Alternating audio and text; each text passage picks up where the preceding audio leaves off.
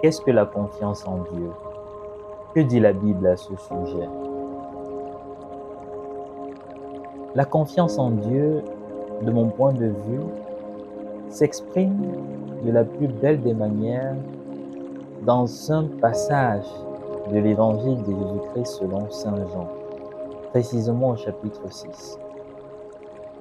Alors posons le contexte. Dans ce chapitre 6, Jésus se présente comme le pain de vie. Bien plus, il conditionne l'accès au salut à la consommation de son corps et de son sang. Difficile à avaler pour son auditoire. Scandalisé, beaucoup des personnes de son auditoire se retirent.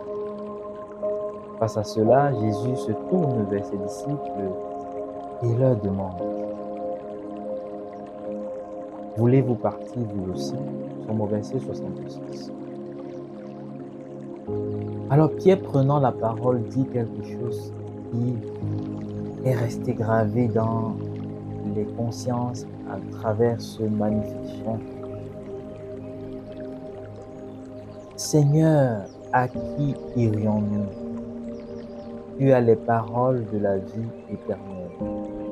Quant à nous, nous croyons et nous savons que le sang de Dieu. Oui, bien-aimé dans le Seigneur, Pierre réaffirme au nom du groupe des disciples sa foi en la personne de Jésus. Le plus marquant de mon point de vue ne sont pas tant ces paroles de Pierre, mais c'est quelque chose de plus subtil.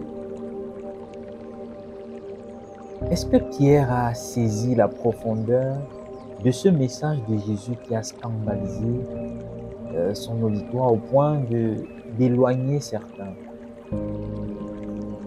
La réponse à cette question se retrouve dans l'attitude de Pierre plus loin.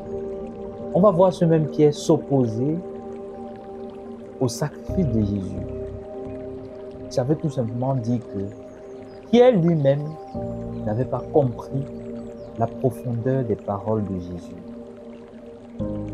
Pierre ne comprend pas, mais Pierre adhère. Tu as les paroles de la vie éternelle. Une manière de dire, ça dépasse mon intelligence, ça dépasse ma compréhension, mais parce que nous croyons et nous savons que tu es le Saint de Dieu, nous te restons fidèles. Oui, bien-aimé de Dieu, voilà la confiance en Dieu. La confiance en Dieu, c'est la jeune vierge, Marie. L'ange apparaît à Marie dans Luc chapitre 1 et lui dit qu'elle sera la mère du Sauveur. Marie n'y comprend rien. Elle demandera d'ailleurs à l'ange: comment cela va-t-il se faire puisque je ne connais pas d'homme? L'ange va lui expliquer, l'Esprit Saint viendra sur elle. Mais Marie ne comprend pas grand-chose. Mais elle adhère. Qu'il me soit fait selon ta parole. Voilà la confiance en Dieu. Enfin, la confiance en Dieu, c'est Abraham, cet homme riche, avec des serviteurs de grands biens. Le Seigneur lui dit: quitte, va dans un pays que je t'indiquerai. Abraham ne sait pas où il va. Abraham se lève, il y va, parce que c'est le Seigneur qui l'a commandé. Oui, bien-aimé de Dieu, parfois, dans notre quête de sens légitime, nous conditionnons l'adhésion au message, l'adhésion à la volonté de Dieu à notre compréhension. Alors on se dit: si ce n'est pas clair pour moi, je n'adhère pas. On se dit: si ce chemin ne cadre pas avec mes aspirations, alors je n'adhère pas, ça ne vient pas de Dieu. La Bible est remplie des situations où ceux qui ont été appelés ne comprenaient pas grand-chose.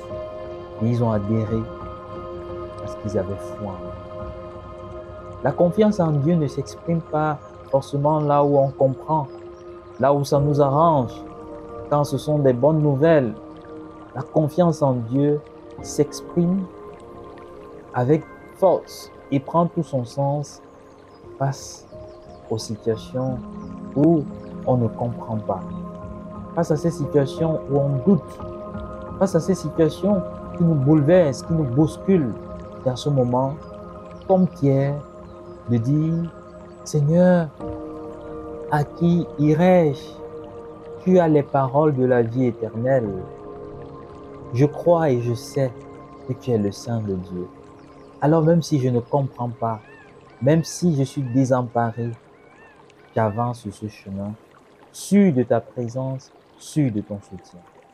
Bien-aimé de Dieu, c'est une invitation pour nous à chercher à comprendre, bien évidemment, les chemins du Seigneur, mais toujours à nous rappeler, le Seigneur est au-dessus de nous. Les chemins du Seigneur sont au-dessus de nos chemins, ses pensées au-dessus des nôtres.